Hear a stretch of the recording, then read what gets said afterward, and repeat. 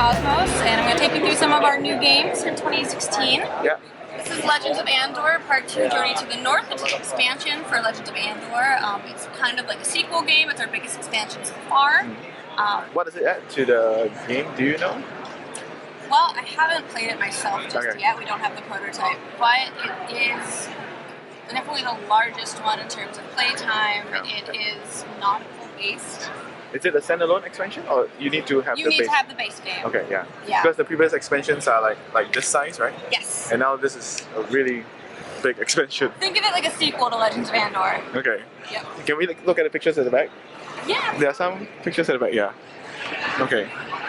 Alright, so it does add a new board. Yeah, that's a new board. Ships. Mm-hmm. Seafaring journey. Okay. Alright, cool.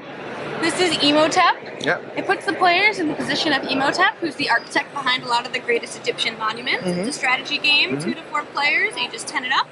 It's a little reminiscent of Steam Time, but it plays much more quickly and it has fewer moving parts. Okay. So essentially, Steam Time is this one. Yep, Steam Time's right down there. It's a wonderful Euro game, definitely worth checking out. Okay. A lot easier to learn than it looks. So that's 2 to 4 players. On your turn, you can either mine for stones. You can hold up to 5 at a time. Place your stones in a boat. There are 8 boats total, and which ones you play with, they've got different number of slots. It's depending on which round it is. The game is played in 7 rounds, and how many players there are. And then once on your turn, you can move your boat to one of the tablets. Okay. And once you are there and you're parked, nobody else can use that tablet for the rest of that round. Okay. So that way you can cut off people, you can plan your strategy, and these are all scored differently. Obelisk is the largest vertical tower played over the round. Okay. The tomb is scored based on where you place your stones, similar to the pyramid.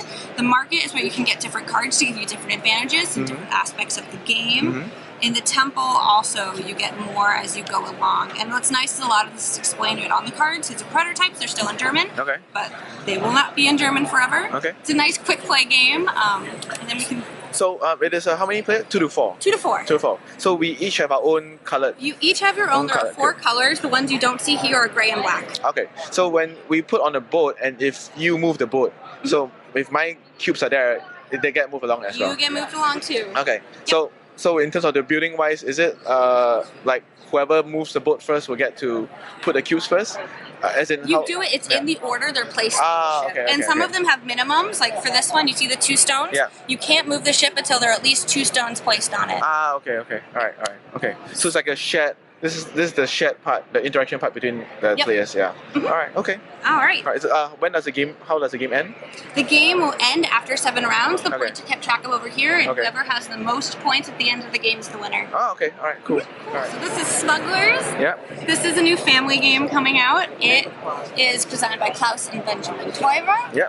And in it, you play as a smuggler trying to gain entry into the band of smugglers. And everybody has a different color putty. Okay. And the big fun mechanic of the game is you have all these little treasures. And nobody knows exactly how many you have, and you're trying to roll them into a ball of putty, as many as you can, to roll down one of these holes that are all just slightly different sizes. And if you make it through and you don't get too greedy and it fits, and you weigh everybody's balls against each other to see who fit the most through, or maybe who's bluffing just has the most clay, to see who can smuggle the most. So it's a lot of...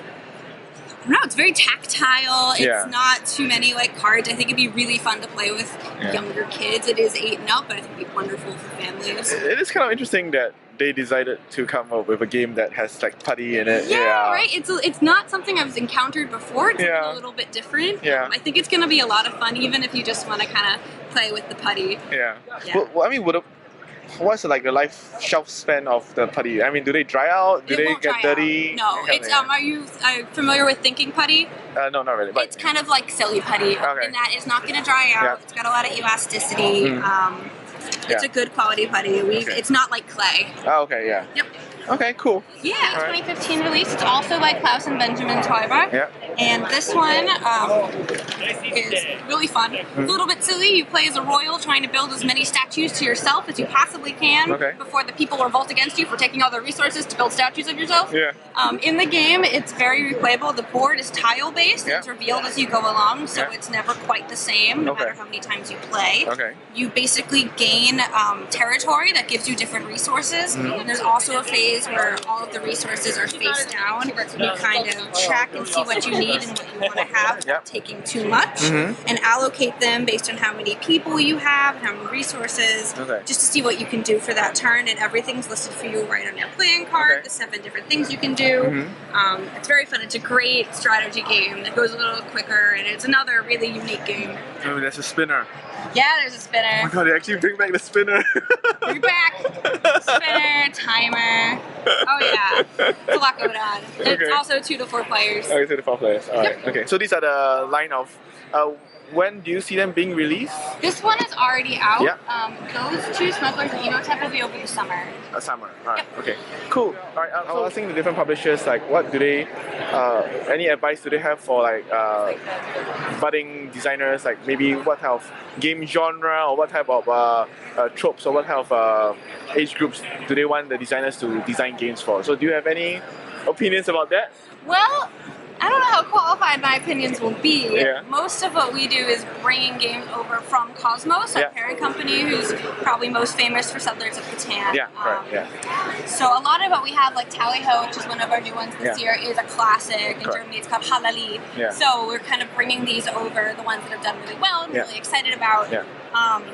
I think that as long as it's well designed, any subject matter or age group can do well. I think there's a lot of kind of sleeper games that have come out, and you know, like Pandemic on paper doesn't exactly sound like the smash hit that it's been. So as long as it's well designed and it's fun and it's accessible, you know, I think that in the right hands, even like a Terra Mystica can, you know, do really well. But in the line of work, in the line of games that Kosmos, Thames and Kosmos is actually releasing, it's more of the right now. Medium, this is the 2nd year we've done games, so we're still kind of playing the hits from Kosmos. We've done a lot of very Euro games. Steam Time is a really good example of that. Things that don't have a real, you know, American presence. Like Legends of Andor has a large following in Germany, a really great fan culture. We're really trying to get that going over here.